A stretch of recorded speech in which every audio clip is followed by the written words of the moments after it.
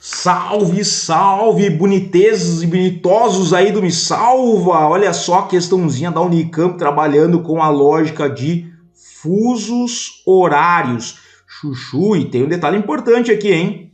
Tem um detalhe importante, nem precisa fazer conta, hein? Nem precisa fazer conta. Coisa boa, mas trabalha com a linha internacional de mudança de nada.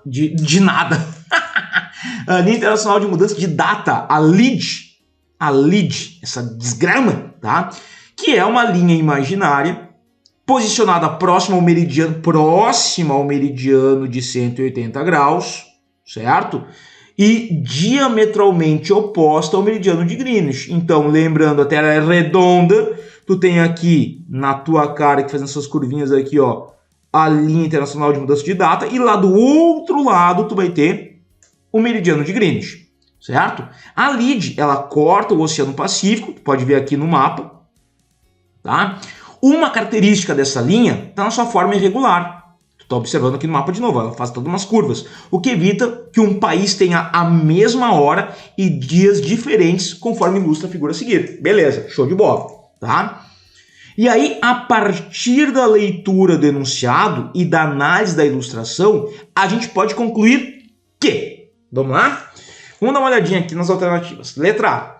Um navio que parte do Japão em direção à costa oeste dos Estados Unidos. Então vou pegar uma caneta colorida aqui, vamos pegar um verde. O cara saiu do Japão e ele vai para a costa oeste dos Estados Unidos. Vem para cá, tá? Conseguem ver aí? Beleza.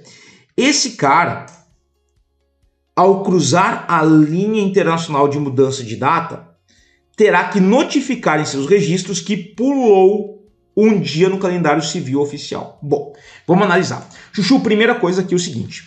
Quando a gente está pensando na LID, eu quero que vocês lembrem o seguinte. A gente tem uma linha que quando tu passa por ela, tá? A gente tem por convenção uma mudança no calendário. Aí eu quero, antes de mostrar como é que isso funciona, o seguinte. Ó, norte, sul, leste, oeste, rosa dos ventos. Norte aqui, sul aqui, portanto leste, portanto oeste, ok? Beleza? Rosa dos ventos. O que acontece? Quando a gente está pensando, tá, na LID, quando a gente passa na LID no sentido leste, ou seja, vindo para o leste, a gente vai ter um dia a menos, a gente recua um dia. Então vou colocar menos um dia, certo? Se aqui fosse, por exemplo, domingo, a gente volta para o sábado. Sacou? Menos um dia. A gente volta no tempo? Mais ou menos, tá? Mas se aqui fosse domingo, que seria sábado. Se aqui fosse o dia 9, aqui seria dia 8. Quando o cara passa a linha, recua um dia. Se a gente tem um movimento, tá? E esse movimento, vamos colocar aqui em azul, tá? Se esse movimento é no sentido oeste, eu vou avançar um dia, mais um dia, certo? Se aqui é dia 9, aqui vai ser dia 10. Se aqui é domingo, aqui vai ser segunda. Eu avancei um dia. O que a questão está me dizendo? O que a letra A está me dizendo? O cara saiu do Japão, ele foi para a costa oeste dos Estados Unidos, então ele veio para leste, ele vai perder um dia. Ele volta um dia, ele recua um dia, né? Então, se ele recuou um dia, ele não está pulando esse dia. Ele vai ter que viver ele está voltando, ele vai viver, por exemplo, ele vai ter uma lógica que ele passa a ter, né? Ele volta para o dia anterior, não pula um dia, certo? Então tá errado isso aqui. Letra B. Cruzeiros turísticos podem antecipar a comemoração do Réveillon ao cruzarem a linha internacional de data na noite do dia 30 de dezembro, desde que esse deslocamento se dê no sentido oeste. Pode. Ele pode acelerar o Réveillon, porque se aqui é dia... Olha só, ele está indo para o oeste, certo? O oeste está em azul. Vou até pegar a canetinha azul aqui, ó. Tá? Tá indo pro oeste. Se esse cara saiu aqui no dia 30 de dezembro, certo? Ele atravessou a LID. Que dia vai ser aqui do outro lado? Mais um dia. Dia 31. Então ele vai estar aqui, ó. Já vai estar para comemorar o Réveillon. Comemoração, ano novo, bebedeira, orgias, aquela coisa toda, tá? Então o que acontece? A gente tem aqui uma resposta coerente. Tá certo, tá certo. Vamos ver as outras, tá? Letra C. Um navio que parte da costa oeste dos Estados Unidos, aí eu vou pegar uma caneta preta aqui, vamos fazer, ele sai da costa oeste dos Estados Unidos e vai para o Japão, ele faz o caminho contrário, faz isso aqui, ó. Sai da costa oeste dos Estados Unidos e vai para o Japão, beleza. Esse cara, ele cruza a linha internacional de data, terá que notificar em seus registros que atrasou e um dia no calendário civil, ele não atrasou, né? Ele não atrasou. Aqui ele está avançando um dia. Atrasar se ele viesse para leste. Né? Mas não, ele foi para o outro lado, ele foi para oeste. Se ele foi para oeste, ele avançou um dia. Então está errado. Letra D. Cruzeiros turísticos podem antecipar a comemoração do Réveillon ao cruzarem a linha internacional de data na noite do dia 30 de dezembro, desde que esse deslocamento se dê no sentido leste. Aí a gente vem para cá, ó. Se aqui é 30 e o cara vem para cá, para leste, aqui vai ser 29. Mas tu não tá antecipando, tu tá atrasando, tá? Tu quer explorar mais o pessoal que tá no navio, seu explorador, tá? Chuchu, então a lógica é que a nossa resposta vai ser muito bem escrita ali, a letra D. Lembra sempre, para leste, tu diminui um dia, tu volta um dia, para oeste, tu aumenta um dia. Aqui as alternativas nos indicaram isso através de várias formas, ou colocando o Réveillon, ou falando do Japão em costa oeste dos Estados Unidos. Nossa resposta é a letra B de que bela questão, que baita questão que nós temos aqui, certo? E ela foi considerada difícil, mas repara, não é. Basta analisar com calma, tranquilidade. Lembra, Chuchu, tudo é uma questão de manter a mente quieta, a espinha ereta e o coração tranquilo.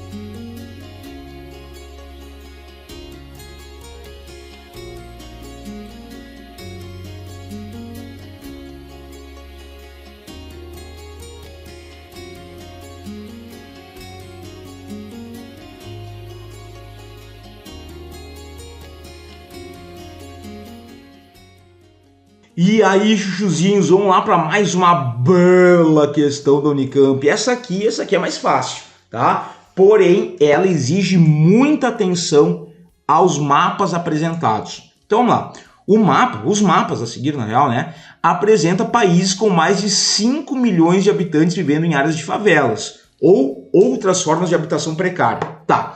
O primeiro mapa que tu tá vendo aqui, ó, são termos absolutos, né? A quantidade é milhões. Então, quanto mais escuro, né, superior ali, tem os valores e tal, bem elevados. Então, China se destaca, alguns países africanos se destacam, Índia também, beleza. Brasil não está muito atrás, foi. E aqui no mapa da direita, a participação são os termos relativos, né, em porcentagem. Tá, beleza, vamos lá. Então, com base nas informações do mapa e em seu conhecimento, e a Unicamp sempre larga a partir, né, é no teu conhecimento. Não tem conhecimento? Já está errado. Em seu conhecimento sobre a população urbana que vive em habitações precárias e favelas, assinale a alternativa correta. Vamos começar da letra D para sair da rotina? Mudar um pouquinho? Vamos? Então vamos. Olha só, a habitação precária não se coloca como uma questão social importante nos países do Oriente Médio. Como assim? Bom, primeira coisa, é uma questão social importante em qualquer país. É um direito básico do ser humano, lugar de moradia. Então, para mim já está errado. Uma vez que há volumosos investimentos em políticas públicas para o setor de habitação, financiados, né, com recursos obtidos da exploração de petróleo. Pô, peraí, mas a gente tem um problema. Iêmen, que é o país mais pobre, o Iêmen está aqui, ó. Aqui ele, ó. Iêmen, o país mais pobre do Oriente Médio, tem problemas severos de moradia. Não é um país rico em petróleo para estar investindo em habitação. Um país desigual pra caramba, né? Vai pegar Israel. Israel também não é um país do Oriente Médio, mas não tem petróleo. Então não vai tirar essa grana.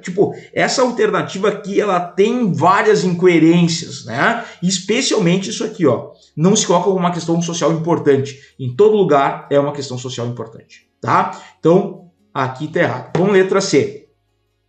A forte desaceleração da urbanização na China e na Índia. Parou, Rubinho! Peraí. Desaceleração da urbanização. Chuchu, China, Índia, são dois países que vivem forte processo de urbanização. Tá? Não tá parado, não parou nada. O pessoal do interior da China tende a ir ainda para as regiões mais litorâneas, onde estão as maiores cidades economicamente mais promissoras, e o pessoal na Índia continua realizando o êxodo rural. Então isso aqui já está errado, tá? Essa desaceleração, mentira!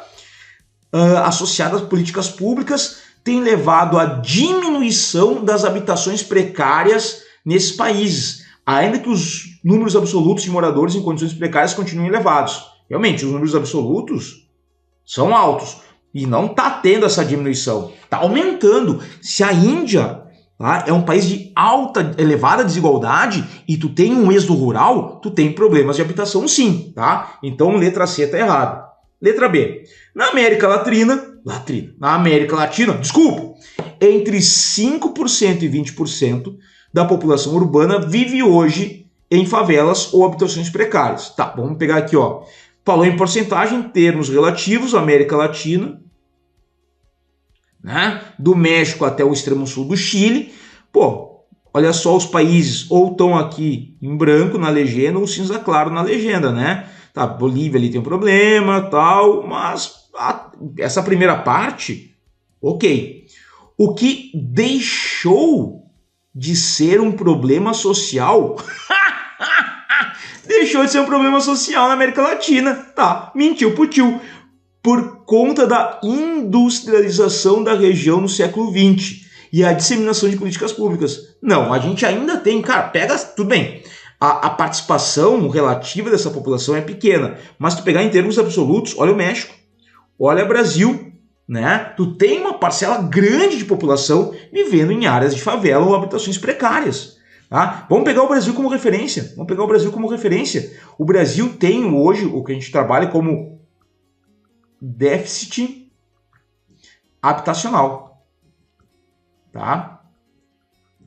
Que é a falta de moradia ou de estrutura de moradia para a população. Não é não ter casa, é tu ter gasto excessivo com a residência, é tu morar em residências precárias e tal. O déficit habitacional do Brasil, pré-pandemia, era algo em torno de 7 milhões de residências que faltavam, tá? 7 milhões. Com a pandemia, esse número deve ter aumentado. A gente não tem nenhum estudo concreto ainda, mas é um número que deve ter aumentado com a pandemia. Mas tu vai dizer que não é um problema, deixou de ser um problema social, tá? Pega o Brasil, que é o maior país em população da América Latina, cara, é sim, é um problema social ainda, tá? Então a letra B tá errada.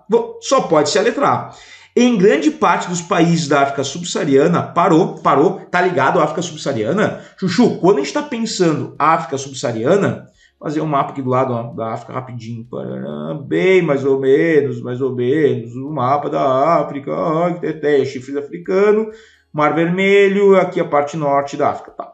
Quando a gente está falando em África subsaariana, seria mais ou menos a parte centro-sul do continente africano, tá? Mais ou menos essa área que eu peguei aqui. Ao norte nós temos o deserto do Saara e o limite sul do deserto do Saara é aquela região que a gente conhece como Sahel, tá? É a transição.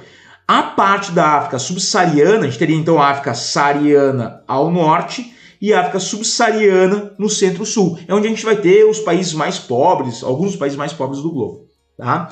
Então, em grande parte dos países da África subsaariana, mais de 60% da população urbana vive em áreas de favela ou habitações precárias. Vamos pegar aqui, ó, o cinza escuro é isso, é esse dado aí. E eu vou pegar aqui, ó, tá, é um valor, tá, fecha.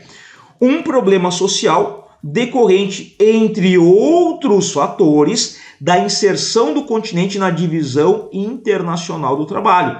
Lembra, querida DIT, aquele papel que os países têm no comércio internacional que foi se remodelando com o passar do tempo, né? Então, alguns países são fornecedores de tecnologia, empréstimos, outros fornecedores basicamente de matéria-prima. E se a gente for pensar as DITs, a evolução das divisões internacionais do trabalho ao longo dos séculos, a gente percebe que o continente africano sempre teve o papel de ser o território a ser explorado, ter a exploração de matéria-prima, certo? E isso vai relegar uma estrutura de subdesenvolvimento, de pobreza, de miséria, o que fecha com a ideia de ter uma parcela considerável da população residindo em áreas mais precárias. Então, sim, a nossa resposta aqui vai ser a letra A de... questão tensa, hein? Fácil, porém tensa, tá bom?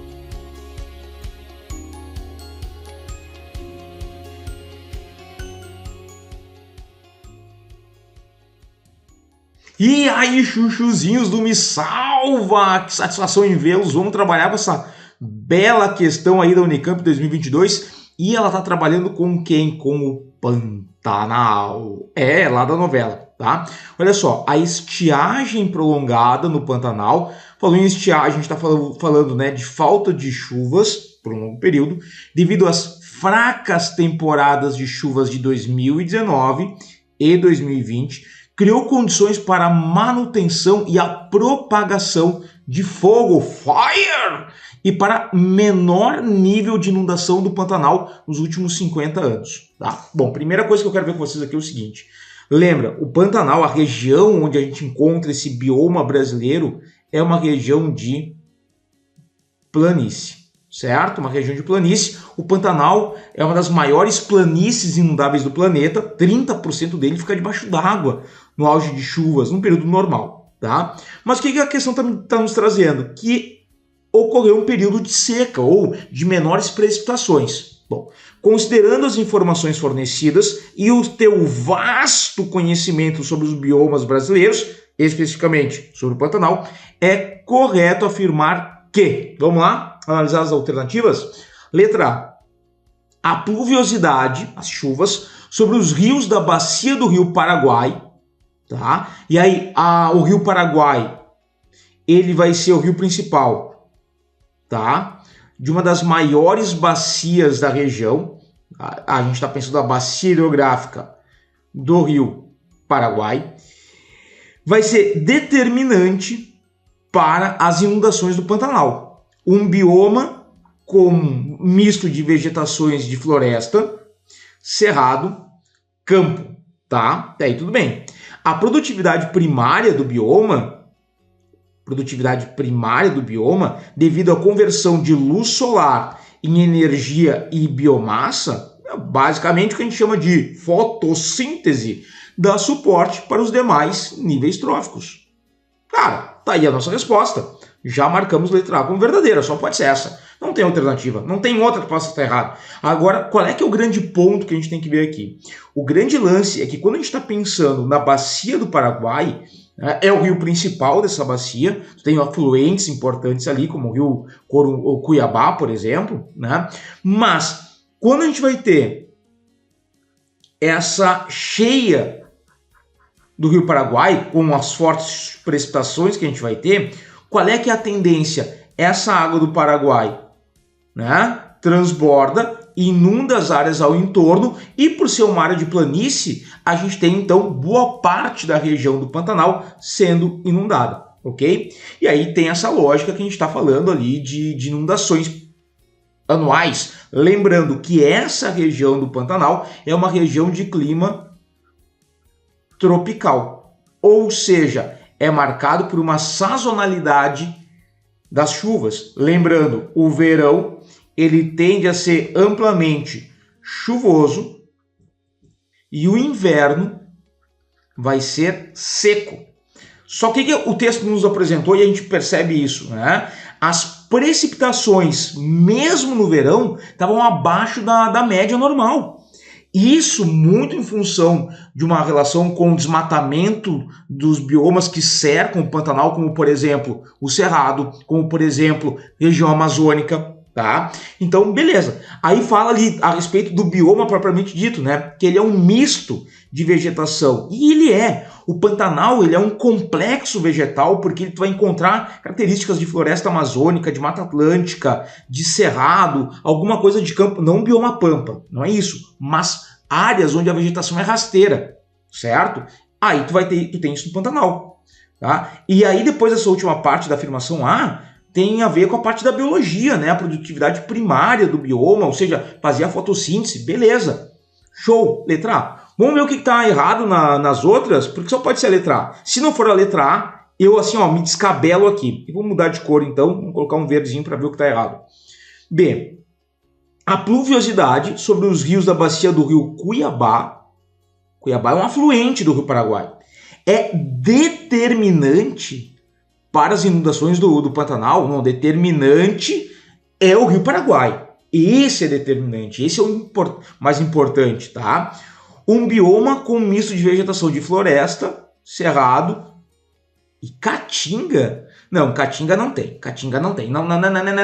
Caatinga é vegetação xerófila, lá do sertão nordestino, interior do Nordeste, clima semiárido. Não é o que a gente vai ter aqui na região do Pantanal. Então a B tá fora já tiramos ela daí, tá? Vamos para C. As chuvas sobre os rios da bacia do Rio Paraguai são importantes para o ciclo de alagamento do Pantanal. Ok, beleza. Daí pode ser assim, então.